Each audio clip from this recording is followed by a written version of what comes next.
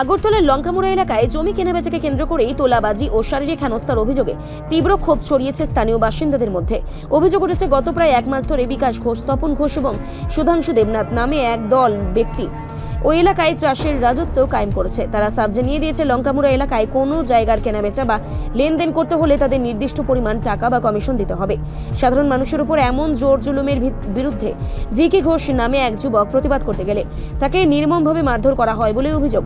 এই ঘটনার প্রতিবাদে এবং এলাকায় শান্তি বজায় রাখার দাবিতে লঙ্কামুড়ার বিশাল সংখ্যক এলাকাবাসী পশ্চিম ত্রিপুরার পুলিশ সুপার নমিত পাঠকের দ্বারস্থ হন এবং একটি ডেপুটেশন প্রদান করেন। অভিযুক্তদের দ্রুত গ্রেপ্তার এবং দৃষ্টান্তমূলক শাস্তির দাবি জানিয়েছেন তারা। পুলিশ সুপারের নিকট দাবি পেশ করার সময় স্থানীয়রা স্পষ্ট জানান যে প্রশাসনের পক্ষ থেকে যদি অবিলম্বে কোনো সুষ্ঠু বিচার বা পদক্ষেপ না নেওয়া হয় তবে তারা এই বিষয়টিকে উচ্চ পর্যায়ে নিয়ে যাবেন। প্রয়োজনে তারা রাজ্যের মুখ্যমন্ত্রী এবং রাজ্যপালের কাছেও ডেপুটেশন দেবেন বলে হুঁশিয়ারি দিয়েছেন।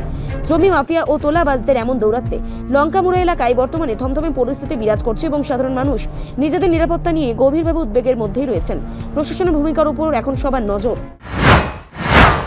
আসার কারণ হলো আজকে থেকে এক মাস আগে লঙ্কামুড়া ঘোষপাড়া জায়গা মাফিয়া জায়গা কেনা বেচার নিয়ে একটা সমস্যা হয়েছিল।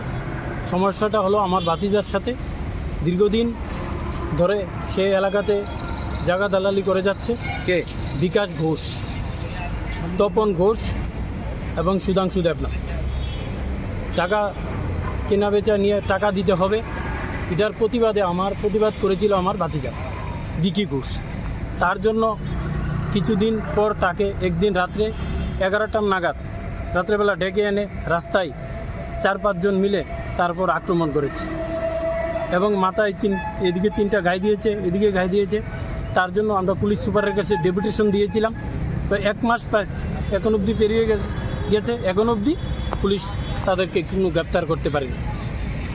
বলেছে রামনগর ফাঁড়ি থানাকে বলে আমরা তো ওকে পাই না। আর আমরা সবাই দেখতে পাইতেছি ওর দিব্যি রাস্তায় ঘুরে বেড়ে চলছে, কাজকর্ম ঠিক আছে, সব কিছু ঠিক আছে, তো কিন্তু পুলিশ তাকে গ্রেপ্তার করতে পারছে না। তো আমাদের দৃঢ় বিশ্বাস, আমরা এসপির কাছে এসেছি যে পুলিশ ওকে গ্রেপ্তার করা হোক অবিলম্বে এবং এর আইনের আওতায় নেওয়া হোক। যে ঘটনা করেছে আমরা ত্রিপুরা পুলিশের উপর বিশ্বাস আছে এবং সে যার সঙ্গে ভিকি ঘোষের সঙ্গে ঘটনা হয়েছে, Vicky Ghosh fire service to Lankamura auto চালায়, অটো চালাতে পারতেছে না, হেরকে ধুমকি দিতেছে, হেরকে দেখে নিবে, এরকমভাবে অনেক কিছু বলছে যে কেসটা তুলে নেওয়ার জন্য এর গাড়ির পিছনে লাগিয়ে দিয়েছে, লুক লাগিয়ে দিয়েছে, স্কুটি লাগিয়ে দিয়েছে যে এই কেসটা শেষ করে দিতে। এরপরে ওর বিরুদ্ধে আরেকটা রামনগর ফাঁড়িতে একটা অযথা একটা মিথ্যা মামলা করে দিয়েছে।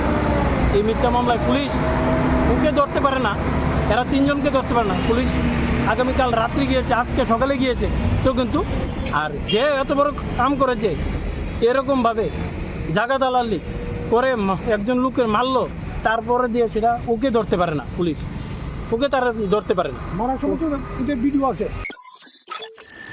রিপোর্ট সংবাদ প্রতীক্ষা।